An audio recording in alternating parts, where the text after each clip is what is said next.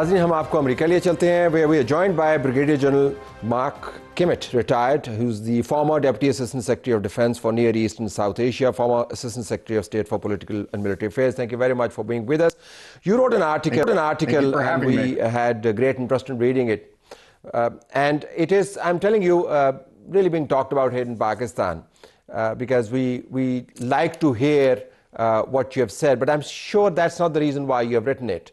So first things first, there is a clear shift in Washington that you have nailed. Can you tell us how durable this shift is? Because we have seen Washington and Islamabad ties go up and down. What about the future of this new shift? Yeah, I think that's a very good question. Look, let's be candid. President Trump often decides on emotion, not long-term strategy. And it is clear that over the past year, his views towards Pakistan, especially as a result of the actions of Pakistan after the conflict between Pakistan and India, improved his view of Pakistan over the year, as well as some concerns that the United States has been having with India. Okay, so is that temporary then? What you're saying is that perhaps it's not institutional. Is it personality driven or is it institutional? Well, I think it's important that it should become institutional and structural. Yes, President Trump has demonstrated that he will change opinion as the circumstances require. In other words, he's not somebody that will see the ups and downs of relationships in the long term. He sees them very much in the short term. And at this point, Pakistan is a benefit of that. So I think it's important that the structure underneath both President Trump and within Pakistan work hard to ensure that that's an enduring structural relationship and not a temporary one based on emotions. You also talk about the internal structural change that has taken place in Pakistan, not in terms of how military-related diplomacy is conducted, but who is going to be doing what and with what sort of authorities. So you have the Chief of Defense Forces installed in Pakistan, and the entire 3 services plus other 2 new services are going to be responding to him. So you have a sort of a one-window operation in Pakistan, which is cross-institutional. Is that a good thing from the point of view of engagement with Washington, or do you think that probably would leave out the civilian component of decision-making, which is a civilian government headed by the Prime Minister Shahbaz Sharif? Yeah, another good question. And of course, as I used to wear the uniform, I always thought the military relationship was the most important relationship between America and Pakistan. But of course, when I then went to the State Department, I saw the value of diplomacy. So I would tell you that I think it can't be either or. It must be a comprehensive approach. And candidly, when we talk about our National Security Council, we talk about both diplomacy, military, economic for that matter as well, and intelligence. So I think it needs to be comprehensive, over the board.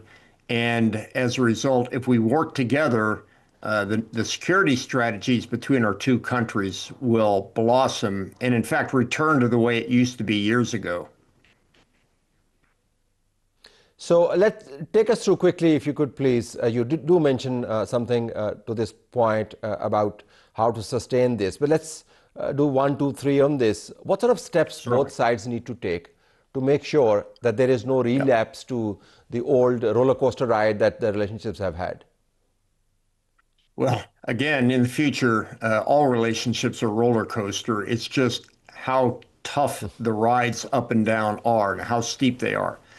I think diplomatically, we just need to maintain cordial relationships and understand that there needs to be balance in the diplomacy of Pakistan, recognizing that the United States doesn't really pick winners and losers.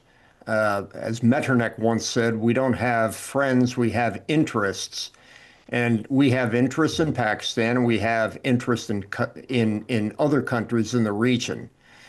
So diplomatically, I would say don't make it a binary black and white, but diplomacy is grayer than that. Military, quite obvious. We have had mill-to-mill engagement in the past. We just need to continue that because the military is the foundation, the basis for the relationship with Pakistan. And intelligence sharing, that's probably the steepest roller coaster ride of all. Look, no country wants to share all of their intelligence. That's just a matter of fact. But I think the more that we can trust each other to share intelligence, I think that's the third leg of the stool of which the security strategy, the relationship with Pakistan exists. Okay, there are three legs now. The stool is kind of wobbly. Can you add a fourth one?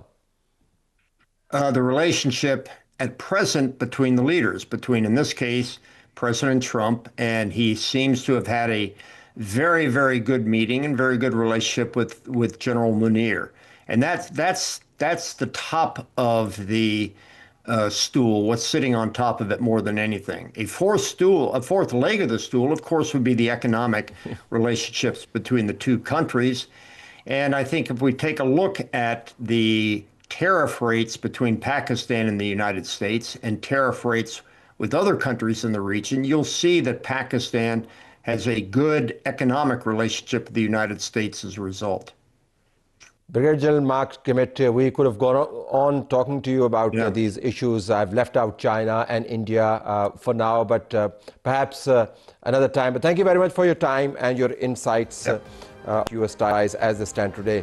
ये तो आपने बात सुन ली America के तज्जिया निगारों की। अब हम आपको पाकिस्तान के जो सोशल मीडिया के ऊपर तज्जिए होते हैं उनकी एक झलक दिखाना चाहते हैं। सुहेल अफरीदी साहब को इस्लामाबाद बहुत पसंद है, अक्सर वो इधर उधर देखे जाते हैं। इसके ऊपर शिराज अहमद शिराजी साहब ने एक ट्वीट किया है और ज़रा तनकीदी ट्वीट है, लेकिन पढ़ देते हैं क्योंकि ये बड़ा एतराज़ होता है कि अपने सूबे को आप छोड़ के क्यों चले जाते हैं। इस्लामाबाद के कोयटा कैफ़े में शोबदाबाजी से बेहतर है कि कम से कम अपने ज़िले में तो अमन कायम करें। वहाँ 60 किलोमीटर के इलाके में ना स्कूल है ना अस्पताल। बदअमनी की इंतहा ये है कि कोई सिविल अफसर वहाँ पे जा नहीं सकता। तनकीद के मामले से कतई नज़र, लेकिन ये बात हकीकत पर मबनी है कि हालात वहाँ पर काफ़ी ख़राब हैं। हर पार्टी के नुमाइंदगान की अपनी पार्टी की क़यादत से तवक्कुआत होते हैं। ख्वाजा साद रफ़ीक मुस्लिम लीग नून के बड़े एक प्रोमिनेंट लीडर हैं। उनकी मियां मोहम्मद नवाज शरीफ से क्या तवक्कुआत हैं मौजूदा हालात के पस मंज़र में? सुनिएगा। किरदार मियां नवाज शरीफ साहब को अदा करना पड़ेगा। उनको बहुत तकलीफ पहुंचाई गई है और रोल उन्हीं को प्ले करना पड़ेगा। वो सबसे बड़े हैं इस वक्त, उन्हें आगे बात करनी पड़ेगी एस्टेब्लिशमेंट से, पीपल्स पार्टी से, बाकी सियासी कुव्वतों से। वो क्रेडिबल लीडर हैं ताकि पाकिस्तान आगे बढ़ सके, ताकि हमारे मुखालिफिन जो सियासी मुखालिफिन में उन पर प्रेशर कम हो। ये अजीब बात है कि सियासतदान सियासत पे बात ना करे। भाई घोड़ा घास नहीं खाएगा तो क्या करेगा? सियासतदान तो सियासत पे बात किए बगैर रह ही नहीं सकता, उसकी बात को सुनना पड़ेगा। मुखालफाना बातें सुनेंगे तो रास्ता निकलेगा। मिसाके मईशत भी चाहिए, मिसाके जमहूरियत भी चाहिए, और जब सियासतदान बात करेंगे तो रियासती अदारों से हम तवक्को करते हैं, वो एस्टेब्लिशमेंट हो या अदलिया, कि वो उस प्रोसेस की हिमायत करें।